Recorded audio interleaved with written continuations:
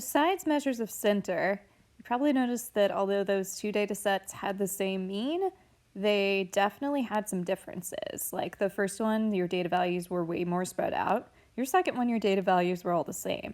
So besides measure of center, we want to use what are called measures of dispersion to describe our data sets. They basically tell you how spread out the data values are. There are a couple of them. Range you probably have done before. It's the difference between your largest and smallest data value. So if you have a biggest data value of 100, a smallest data value of 5, you just subtract and get 95. Not all that useful because it only uses the largest and smallest and kind of ignores what's happening in the middle. Standard deviation is what we typically use to measure the dispersion of a data set.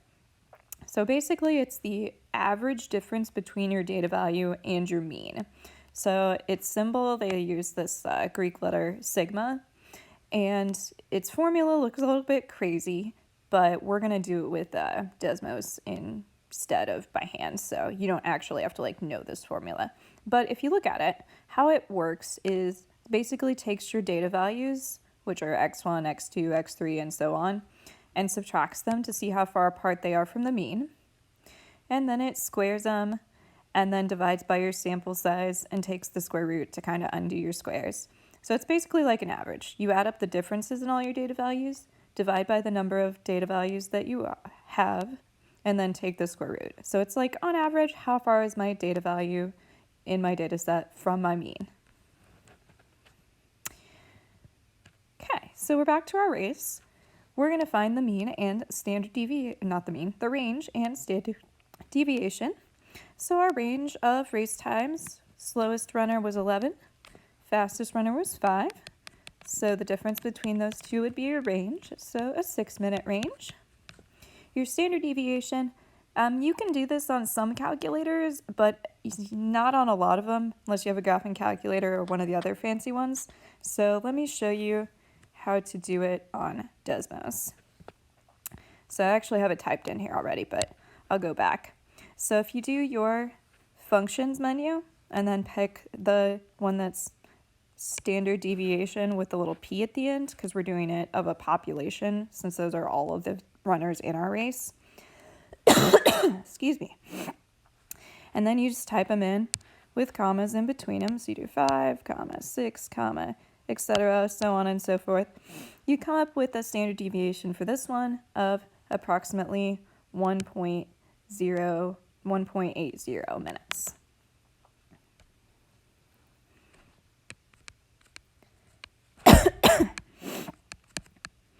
Which means that on average, my data values are spread out about 2 minutes away from my mean, which was 7.5. So most of my data values, if I think of 7.5 in the middle here, are within 2 minutes of that, or 1.8 minutes of that. Not all of them, but most of them.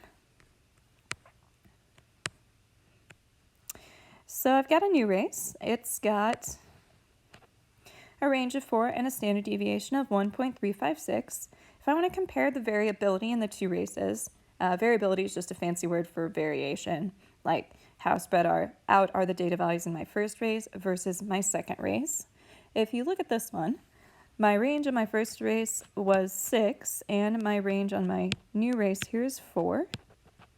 My standard deviation's 1.356. So my range and standard deviation on this race are smaller than my range and standard deviation on my first race, which the smaller range and the smaller standard deviation mean that these data values are not spread out as much. So this race has less variability than my first race does. My data values are closer together. They're more consistent. That's a good word for it. They're more consistent.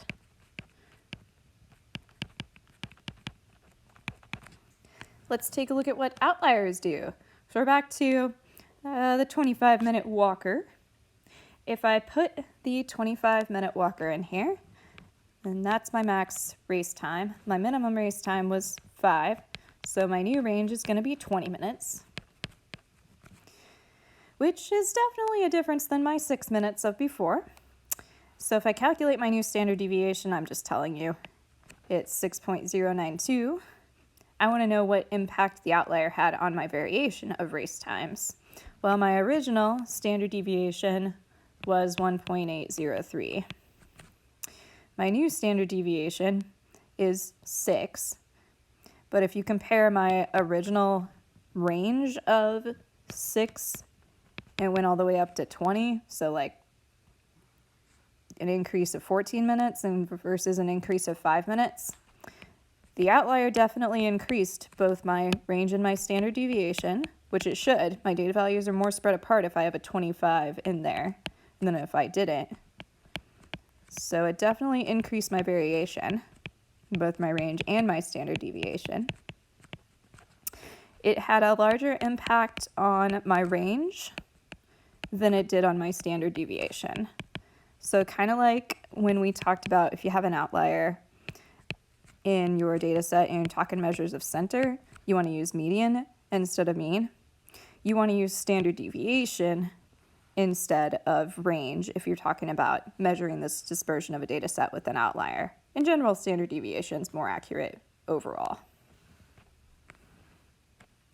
So say you have these 3 data sets, and without actually calculating and plugging things into a calculator, we want to explain which set will have the smallest standard deviation and which will have the largest and why.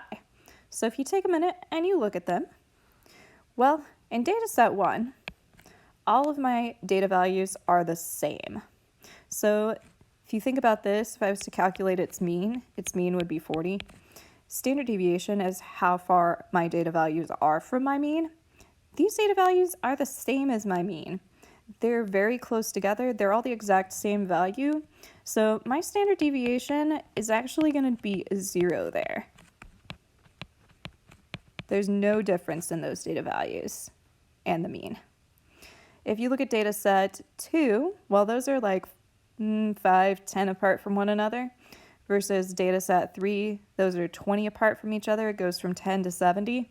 Data set 3 is more spread out, so it is going to have the largest standard deviation, and data set 2 is going to be somewhere in the middle. So we can compare this without actually calculating.